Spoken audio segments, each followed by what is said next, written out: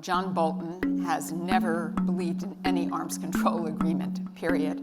And so while he was the National Security Advisor, it was quite clear that we were going to not move forward, and we were in fact going to move backward. We all left the INF treaty. I know that Russia did violate that treaty in the first instance, and a lot of people believed we should leave. I personally believed we shouldn't. If somebody breaks a law, you don't get rid of the law. You try to create better enforcement measures and get back to a legal basis for conduct. Wendy Sherman is a professor of the practice of public leadership and director of the Center for Public Leadership at Harvard Kennedy School. In addition, she is a senior fellow at the school's Belfer Center for Science and International Affairs. She is also senior counselor at Albright Stonebridge and former Undersecretary of State for Political Affairs. Now, I want to point out something in her earlier bio, which I normally wouldn't read, but it is very interesting to note that Ambassador Sherman has a master's in social work and began her career as director of child welfare for the state of Maryland. So that is not something that we have upon this stage all the time, and it will be of great interest in our discussion. So please join me in welcoming Ambassador Sherman. And well, let's get right into it. We can be thankful in a way that perhaps many people doubted back in 1945. Indeed. We have not experienced the use of nuclear weapons in combat since 1945. You know, the title tonight is Nuclear Negotiations, Back to the Future. Where do you think we are now? Back or in the future or somewhere in between? Well, the good news is that from the time of the first atomic weapon to today, we have gone way up in the number of nuclear weapons, and now we've gone down. I think that in 2018, it was estimated that we had close to 15,000 nuclear weapons worldwide. Way too many. And I am a strong believer, as President Obama was, that we should work to zero nuclear weapons. But as he said, it's not going to happen in his lifetime, most likely. And undoubtedly, it will absolutely not happen in my lifetime. But so I think to that extent, we're in a better place. But we are in a worse place in many other ways. The P5, which you mentioned, which are the permanent members of the Security Council, are the permanent members in large measure because they are the 5 recognized nuclear weapon states under the Nuclear Non-Proliferation Treaty. But I think everybody in the audience knows they're not the only countries with nuclear weapons. India and Pakistan have nuclear weapons, and Pakistan has a growing number of nuclear weapons. Israel is purported to have nuclear weapons. North Korea certainly has nuclear weapons. And we have a number of states who have said that they are poised to get nuclear weapons.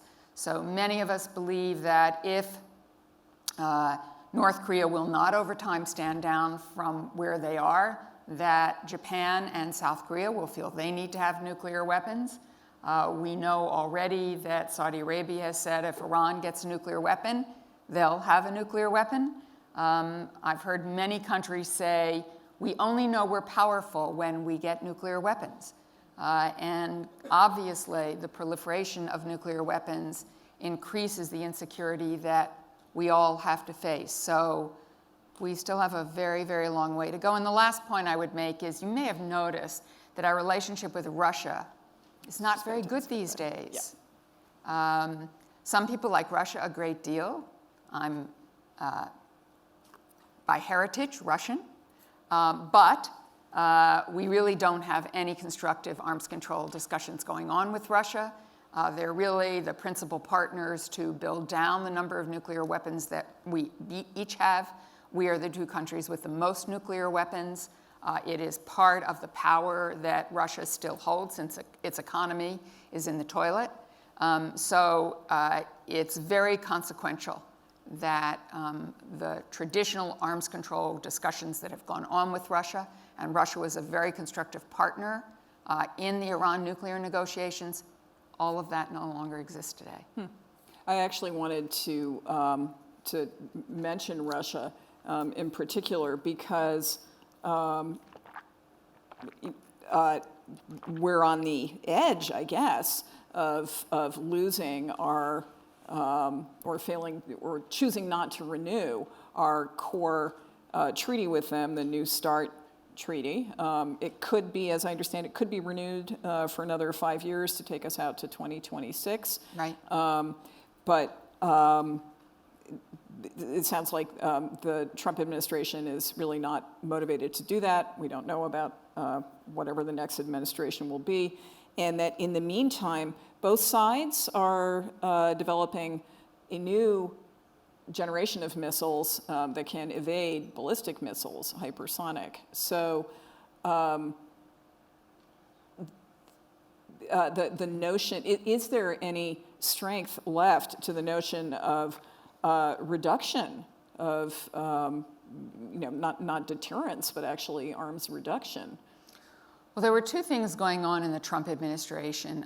John Bolton has never believed in any arms control agreement, period.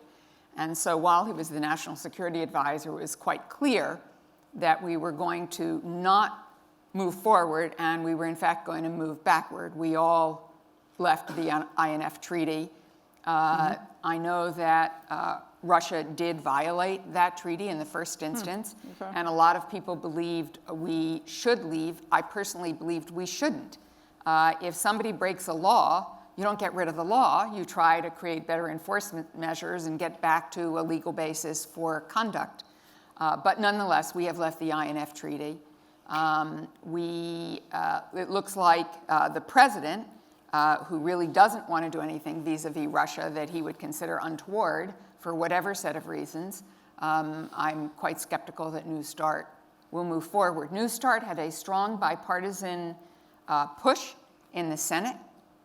It's really the only Quad treaty that got renewed in any way, shape, or form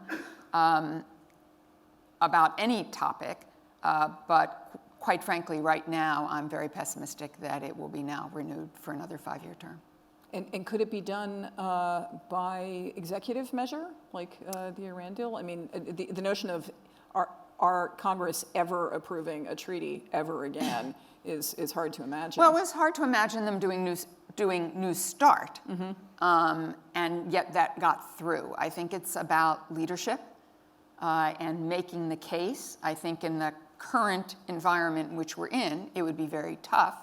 And it is true that the Senate generally doesn't like any treaty, even when Bob Dole, the former majority leader in the Senate, was in his wheelchair, disabled in World War II, but now older and in a wheelchair.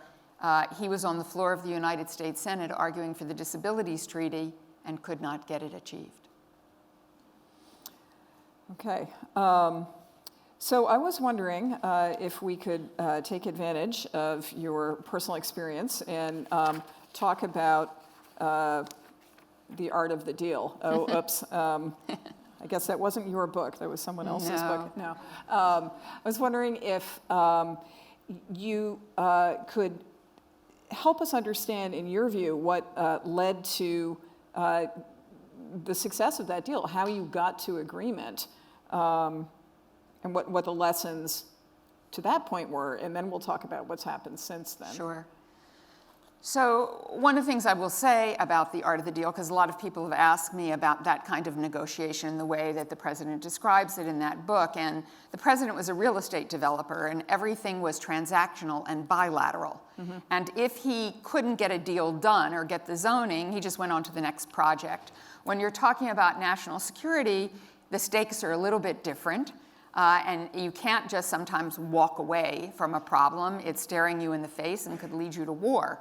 So the stakes are quite different. And to really get peace generally requires a multilateral approach, not a bilateral approach. And I understand why the president likes a bilateral approach, because he feels like he's more in control. It is us and them. But a multilateral means that you have to work and play well with others and share sovereignty share borders, share decisions. But nonetheless, we can see the success of the multilateralism of the Iran agreement, because even after the president pulled out of the Iran deal, it stayed in force for quite some time. Only in the last few months has it really started to fall apart in terms of Iran's compliance with the deal. And the reason it held and has been so durable is because there were other people involved that tried to hold it up and keep it going and had stakes in the deal, and Iran had stakes in those other players. President Obama, when he became president, in his inaugural address, he said to Iran, in his inaugural address, we will reach out our hand if you unclench your fist. It was a direct entreaty to Iran. And much to the surprise of President Rouhani, when he got elected as a reform president, it's all relative, it's not our form of reform, but it is Iran's form of reform. When he got elected as a reform president, he was shocked to find out that the United States had a secret bilateral negotiation going on with Iran. Hadn't been very productive under Ahmadinejad, but it ultimately turned out to be very useful for the multilateral negotiation. So President Obama had looked very seriously about what he should do, because we were all concerned, and the United Nations was concerned, in fact passed a resolution that said the P5+1, the permanent members of the Security Council, plus Germany, because the Europeans had been negotiating with Iran for some time, coordinated by the High Representative of the European Union, should begin negotiations with Iran. The president thought about that, and he considered various alternatives, as you do when you're considering whether you're going to have a negotiation. He thought, well, maybe we can just keep sanctions in place and they'll ultimately come to the table. That's sort of what President Trump is doing right now. Let's just put all our sanctions on them, and we have very powerful sanctions. Our most powerful sanctions are what are called secondary economic sanctions. It basically says to companies, if you do business with the Central Bank of Iran, you can't do business with American banks. Well, quite frankly, if you're going to choose between Iran's central bank and American banks, it's no choice. You go with the American banks. So you basically shut down all the commerce to Iran. So we had very powerful sanctions. But we thought two things. One, the sanctions were starting to fray because there was a lot of growth going on, particularly in the developing world, and they needed more oil. And Saudi Arabia, which turned up the spigot, still wouldn't be enough. And secondly, we understood that sanctions won't stop bad behavior. They might get Iran to the negotiating table, but they don't stop bad behavior. When the Europeans first started to negotiate with Iran in the early 2000s, Iran had 164 spinning centrifuges. By the time we got very serious in 2013 in negotiations after Rouhani was elected, even with all of the most onerous sanctions, similar to what's on Iran today, Iran had 19,000 spinning centrifuges. So all of those sanctions did not stop Iran from advancing. They took what money they had and used it to develop their nuclear capabilities.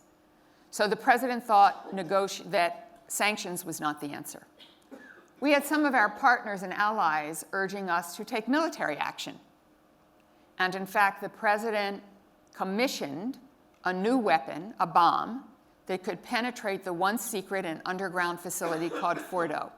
And we let Iran know we could wipe out all of their facilities. But even those who wanted to bomb Iran's facilities, and Israel was among the leaders in that, they agreed that Iran could rebuild all those facilities within 3 to 5 years, and they would likely do it in secret and underground. And then we'd have to figure out how to bomb those facilities. So it was no permanent solution. So the president thought it was worth trying negotiations. And he had gotten some entreaties. Actually, John Kerry, the senator from Massachusetts, when he was chair of the Senate Foreign Relations Committee, had gotten an entreaty from Iran through Oman. And he went to Oman himself to see whether there was anything real, and then he talked to Secretary Clinton and said, I think there's something real here, talked to the president, and the president sent a couple of people to meet with the Iranians in Oman to see if there was something serious. It looked like there might be, and so we asked Bill Burns, who was the undersecretary before I was, and Jake Sullivan, who was Secretary Clinton's head of policy planning and then became national security advisor to Vice President Biden, to see what they could do. And they began to try to negotiate a document that would get a freeze on what Iran was doing to give us time to negotiate the longer deal in the multilateral setting. And I joined those bilateral negotiations, and we brought into the multilateral frame a document that still had brackets in it that ultimately got agreed to, that we thought would give us 6 months and we'd get a deal. It took us 18 months to get the deal. It was very difficult to achieve. It ended up being 110 pages long, very highly technical, an exhausting undertaking, but was really extraordinary. In the United States, we had a core team of 15 hardy souls that people will never know their names, but they are like the diplomats you've seen on TV over the last few days. Highly professional, incredibly expert from all over the US government, including nuclear physicists, who went to work, backed up by literally hundreds in the US government. In the last 6 months, Ernie Moniz, the Secretary of Energy, joined the negotiation, a superb nuclear physicist who helped us lock down some of the technical details. But it was really a marathon effort, which I'm very proud to have been a part of. And it sounds like that there were steps to this that you've laid out, that before you actually got to working on the deal itself, maybe relieving the sanctions, or lightening the sanctions, I guess some were still in place, and then doing this bilateral agreement just to have space to, I think you say somewhere, space to say yes. Right.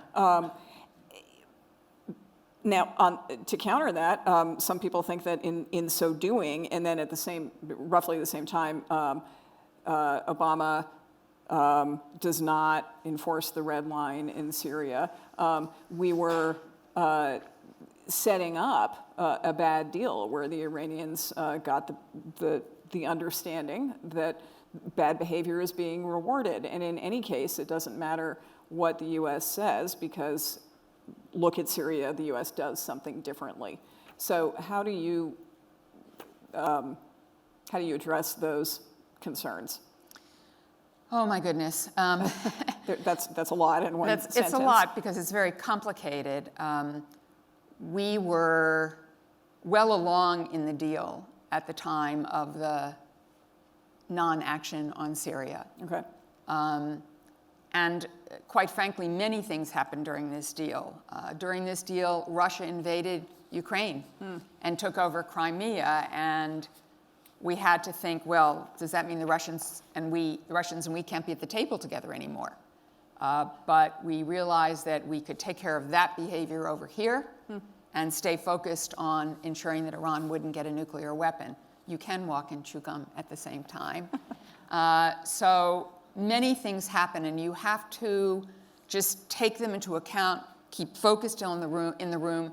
All of the partners in doing this negotiation had one fundamental agreement, and that is that Iran should not have a nuclear weapon. And that fundamental, strongly held belief held us together. For 2 years, almost 2 years, while Ahmadinejad was president, we traipsed all over the world. We went to Almaty, Kazakhstan twice, largely because the Iranians wanted to irritate the Americans because it's a 19-hour trip for us to get there. We went to Iraq and all endured a sandstorm. Our colleagues were so scared to come into Iraq that, would you believe, all of our partners met in Amman, Jordan, and came into Iraq in American planes with American pilots, including the Russians and the Chinese. It's very bizarre.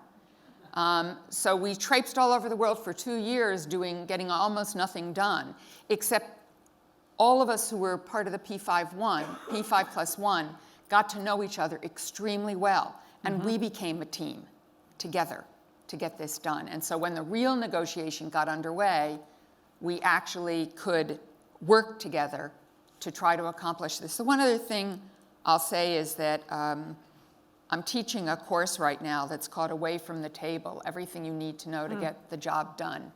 Because most students like to take negotiation courses which are about tactics in the room. Like, if I get in the room, then I'm going to get the job done. And they learn tactics, which of course never play out the way they do in a classroom. And what I'm trying to teach students is you have to understand the history and the culture and the norms of the people sitting at the table. You have to understand the political dynamics and the power dynamics among the players. You have to be clear about what your policy goals are and how you're going to implement it. You have to know what the right and left margins are before you walk in the room. You have to have clear instructions and a game plan that you're ready to revise on a constant basis. You have to know all the tools at your disposal. Even while we were negotiating, we had a credible threat of force. Iran knew we could take out all of their facilities, and that credible threat of force was a tool that kept people at the table trying to get to an answer. So it's a very, very complex and exhausting undertaking. I'll say one last thing. I constantly tell people that I consulted inside the administration. I consulted with members of Congress. I consulted with think tanks and opinion leaders in Washington. I consulted bilaterally with every member of the P5+1, and I consulted with them as a group. I consulted with Israel on a regular basis. I consulted with the Gulf countries on a regular basis. I consulted with Korea, Japan, India, which imported a lot of oil with Iran, and anybody else who was interested. And then, oh yes, we negotiated with Iran. It's a very complex process. It's exhausting. So managing your partners, your own side of the table, Absolutely. is as much work as... Absolutely. Okay. It's huge. Thank you. Let's move forward in time a little bit. So that was 2015. Yep. And then implemented in 2016. Implemented in 2016. Okay. And was this thing destined to fail? What happened, in your view, after that? I don't think it was destined to fail, but I think that President Trump, in his campaign, said that he was going to withdraw from the agreement. We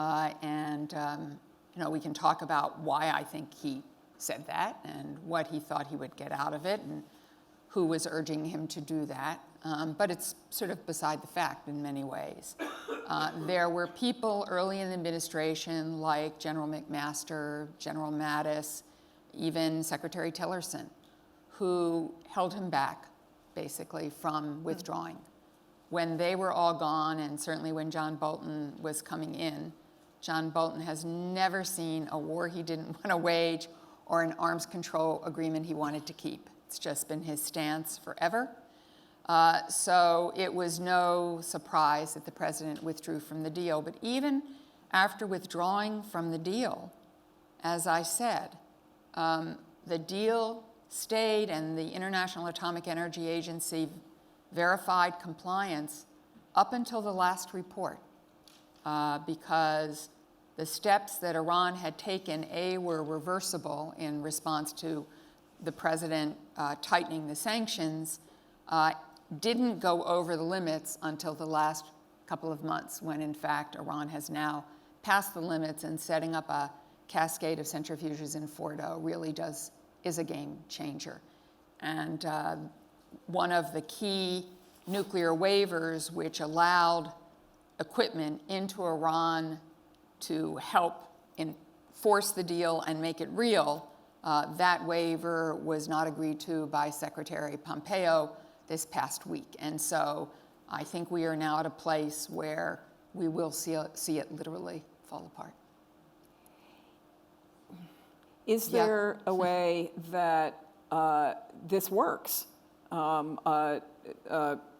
Perhaps radical interpretation where regime change occurs. I mean, the sanctions are imposed. Things are tough that we read about in Iran. There's riots and economic riots. I mean, people just they can't afford fuel, et cetera. So maybe that forces the issue. The regime changes, and then the international community can come back in and work out a new deal. Right. We'll see. My own view is that the protests that are going on now are leaderless protests. Okay. So it's not like there is a group that is organizing to take control. Mm-hmm. It is, in fact, mass protests because of some of the subsidies taken away for gasoline. Iranians had incredibly cheap gasoline prices. And now they have less cheap gas prices, and because the economy is in a terrible place, this makes life even harder. There's no question about it. So I would say the regime, unfortunately, has tremendous ability to tamp down protests for all of the oppressive reasons that we know and dictatorial reasons that we know. They have cut off internet access so that it's harder to organize the protests. People are trying to help them get around those internet endings, but we'll see. So even if there was an overthrow, it is not clear who would gain control, and it might be that the people I call the hardliners. I don't consider there to be moderates in Iran. I consider there to be hardliners, which is Rouhani. He's a very conservative cleric, or the hardliners like the Islamic Revolutionary Guard Corps, Soleimani, that you all hear about in the Middle East. They are the hardliners, and some people think they've fomented the protests to try to bring down Rouhani, who is up for re-election in 2021. So, for some good news, let's talk about North Korea. How do we? And I'm aware of time, but it's such a great opportunity to talk with you. So, how do we see this situation differently? I mean, we're I think everyone would agree, many, many, many miles away from a deal with them. They continue to test and launch missiles. You were part of, I guess, the only deal that we've actually ever had back in '94, the agreed framework, but they continue to advance. What's our leverage? Who should we be talking to? How can this end well? So in 1994, Bob Gallucci, a fantastic ambassador, negotiated the agreed framework. My job at that time as Assistant Secretary for Legislative Affairs was to get the money from Congress for heavy fuel oil shipments that were part of the deal, and to get money to build light water reactors to replace the reactor that could, in fact, create weapons-grade plutonium for nuclear weapons. During the entire Clinton administration, because the agreed framework was in place, imperfect as it was, and only 3.5 pages long. So very few details on implementation, which was a serious problem in retrospect. But for the entire Clinton administration, when Clinton came in, there was enough fissile material, the stuff you need to create a nuclear weapon, for 1 or 2 nuclear weapons, and that fissile material was produced on Bush 41's watch. So during the entire Clinton administration, not 1 ounce of additional fissile material was produced. No long-range ballistic missiles were created. So the agreed framework, imperfect as it was, held things in place for a decade. Towards the end of the Clinton administration, what I was trying to negotiate, and went with Secretary Albright on her historic visit to North Korea, what I was trying to negotiate was a moratorium on missile testing, because we thought we had their nuclear weapons in a box, but we were worried they were building longer range missiles because they shot off a Taepodong missile, which was a two-stage missile, much to the surprise of the international community, and so we wanted to make it so they couldn't test any missiles, so they could not advance in their missile program. We thought we were very close to that deal, very close, but we ran out of time. And President Clinton was very engaged in trying to get peace in the Middle East, also a very complicated project. He thought he was going to get it. He will tell you now he made the wrong choice. He wished he would have done North Korea. But he tried to do Middle East, didn't work in the end, and I never went to Pyongyang to try to close out the deal, and would have gone there with a date in my pocket for the President of the United States to come to Pyongyang to seal the deal. As a result, when we went into the Bush administration, 43, we found out that they were also trying to start a highly enriched uranium program. Things fell apart. The agreed framework fell apart. The Republicans never liked it in the first place. And subsequent efforts by Democrat and Republican administrations went nowhere. And thus we have a North Korea today with many nuclear weapons and the means to deliver them. It is really catastrophic, quite frankly. You're right, Kim Jong-un, I don't know him, but I certainly knew his father, Kim Jong-il. Met with him for about 12 hours worth of discussions. They're not going to give up these nuclear weapons anytime soon because it is how they survive as a regime. It is their strongest leverage. They also, though, do have a 1 million-man army and a conventional capability that could really create havoc with Seoul. They're only 30 kilometers away from Seoul. So it is quite, and we have 37,000 American troops in South Korea. So it's a huge problem. Steve Beigen, who is the special envoy to negotiate, is a very capable person. He's now been nominated to be Deputy Secretary of State. And some people believe that if Secretary Pompeo goes off to try to run for governorship or Senate, I forget which it is, in Kansas, that Steve will become acting Secretary of State. Very capable guy. But one thing he does not have going for him, besides the fact that he's got a much, much harder problem than I had with Iran, is that I always knew that the President of the United States had my back. I knew what the right and left margins were. I knew if he changed his mind, he was going to tell me. We were going to figure out how to take the next step. Steve will never know that. He will never know whether the president decides to pull the rug out from under him. And that, because the president, as we all know, sometimes is impulsive in his decision-making for a whole variety of reasons, and trusts his gut to make decisions. And that makes it very hard for Steve. And I think in the round that he just had, I think he had some things going, but whether or not he had enough authority to move things forward, I don't know. But he is a very capable guy. So I think there is a very, very long road ahead. And now we've seen that Kim Jong-un says he won't do another photo op with the president unless the president will lift some of the sanctions. The South Koreans and the United States have suspended all exercises in hopes that might get the North Koreans to the table. That hasn't happened. I hope there's some secret negotiations going on somewhere. That would make me very happy. But I'm fearful that they are not. Including China, perhaps? China is critical to this. You asked that question. North Korea exists because China trades with them. It really provides 80 to 90% of their economic reality. So China is very critical, and obviously with the tariff negotiations going on, that makes this very complicated because I think the president's first priority is on the tariff side. I think he thought he could deal with North Korea otherwise. China's tried to be helpful, but we need to be able to press them. So it's a complicated dance, and I don't know that all the people are in place to do the dance. Okay, well, I know that I have a million more questions. Been really fascinating, but we do want to get a few audience questions. You mentioned negotiating outside the P5+1, mentioning the Gulf states and Israel.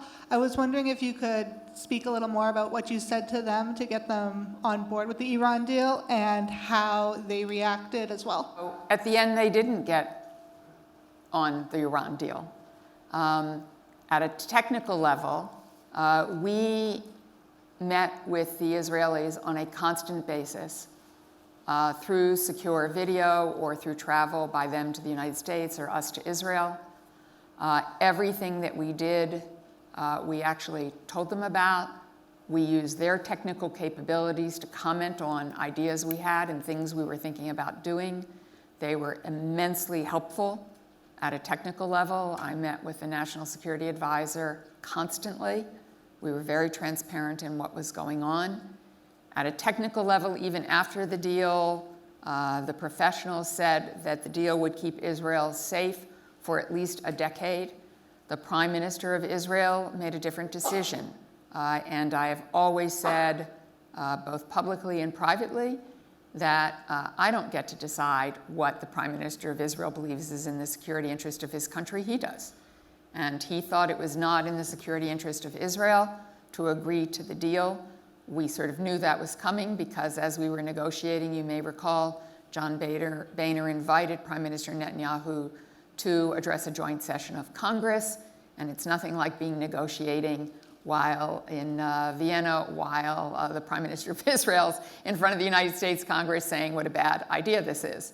But nothing is lost in negotiation. When that happened and when Senator Cotton got 47 senators to send a letter saying the deal might not last unless Congress had a say in it. We did find a way for Congress to have a say in it.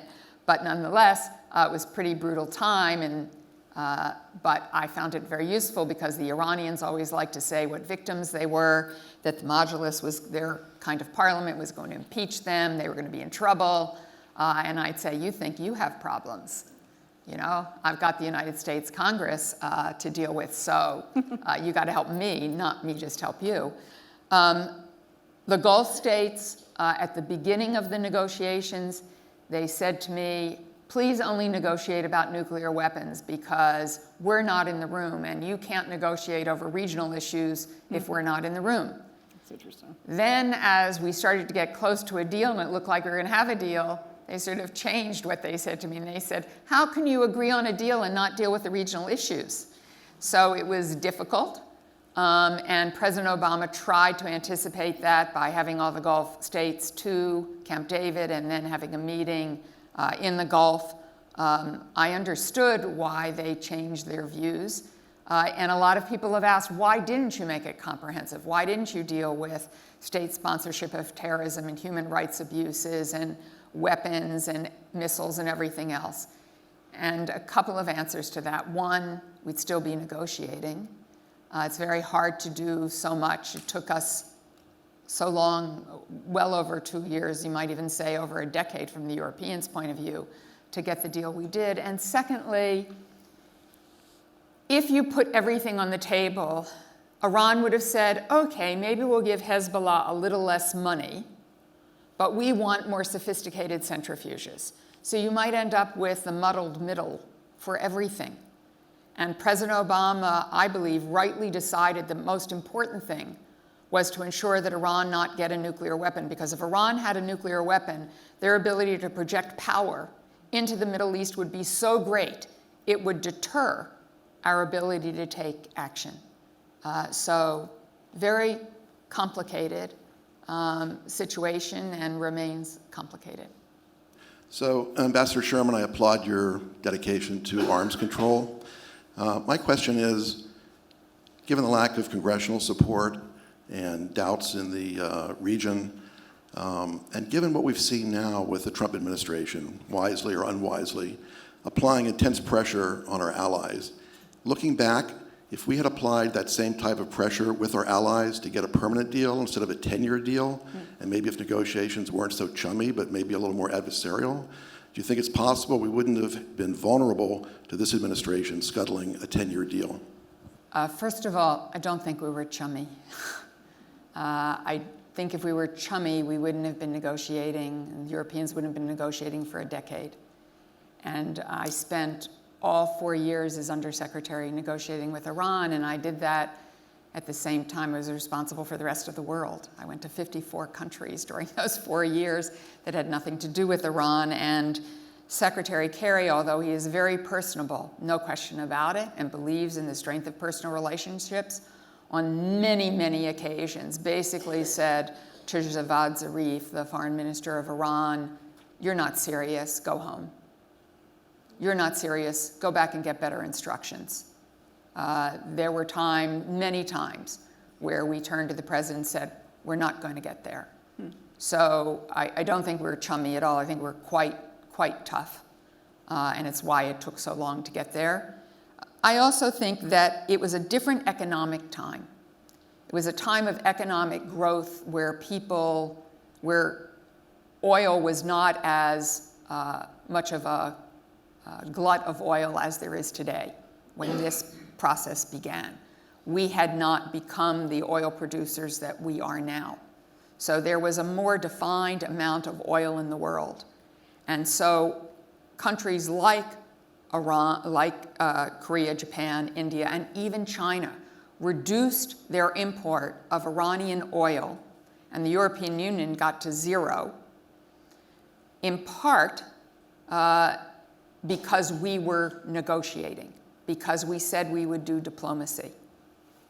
They weren't willing to take that risk. Even the United Arab Emirates will tell you they lost out on tons of commerce because of the sanctions, but they did it because we were in negotiations. So I think it was a different time, and I don't know that we would have been able to keep the sanctions on as powerfully and gotten any further in the negotiations. In my view, this was not a 10-year deal. This was not even a 15-year deal, which is how most people think of it. There were restrictions that went for 25 years. And if you believe in the additional protocol, it went forever. But at the very least, it was rock solid for 15 years. And in 15 years, you could have done a second arms control agreement. You could have worked on, we had all of the other sanctions still in place for counterterrorism and arms control and human rights abuses. So we'll never know about the premise and which will work, and we'll see now whether what the president's trying to do gets us to a better place. There was an assumption that getting out of the deal and putting on all these sanctions would stop their aggressive behavior in the Middle East. The exact opposite has happened. And the exact opposite has happened not just because they got a few more dollars because of the deal, which we always knew they would. It doesn't cost much money to do terror. And because Khomeini agreed to a deal, he then felt he had to do something for the hardliners. And so he increased their budget. So I don't know what will happen. I'm always hopeful and optimistic. One of the chapters in the book is about persistence in life, not the same as patience. But on the day the president left the deal, I was walking the cobblestone streets of Valletta, Malta, and my cell phone rang, and it was John Kerry to both commiserate and say, we're going to keep at this because we can't let Iran get a nuclear weapon. My question is, in your experience, how important do you think America's soft power is as a tool in negotiations, and do you think it's more or less important than our military strength? As for soft power and military, I actually believe in smart power, which Secretary Clinton used to talk about a lot. I love Joe Nye. I adore him. He's one of my favorite people. But I don't think non-military power is soft. I think it's quite tough when it's used in the right way. And I don't think you can do the kind of diplomacy we did in Iran. I don't think you can do it with North Korea without a threat of credible force, a credible threat of force. That has to be present in both of those instances. And you have to be ready to take action if all else fails. So I don't think it's an either or. And in fact, I think it has to be both. Can you comment on the likelihood of a nuclear arms race within the Middle East, that is between and among the Iranians, Turkey, Saudi Arabia, maybe even Egypt? Hi. You mentioned that there are a number of states that are poised that have said they're going to have nuclear weapons without violating any secrecy agreements. Can you tell us who they are? Because this would give them the power, the ability to project power in their region. Well, I think you've heard from the first question that Saudi Arabia has certainly said publicly that if Iran gets nuclear weapons, so are they. A lot of people have reported in the press that Pakistan has one ready for them if they want to buy it. Pakistan and A.Q. Khan, who is the father of nuclear weapons in Pakistan, has been an equal opportunity provider to countries all over the world, including Iran. Pakistan is a very bad player in proliferation, not only in its own nuclear weapons, but helping everybody else out. He also mentioned Turkey. And Erdogan has said that if he needs to get a nuclear weapon, he will. And he doesn't understand why he's prohibited from doing that. I think that if, in fact, it looked like North Korea had no way to stop it, that South Korea and Japan would think very hard about it. And Japan has the capability of probably getting there in a couple months' time, just because of its nuclear know-how. And South Korea, it's been reported in the press that in the past they've had some secret programs that have stopped, but clearly they have thought about this in the past. There are African countries who have said the only way we can be part of the club is to get a nuclear weapon.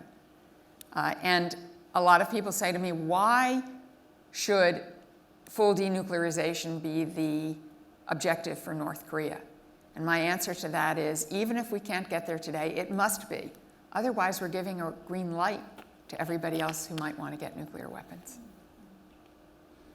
Okay, so I think we're going to go upstairs now. You can form up a line to get books and help me get the ambassador upstairs. And thank you.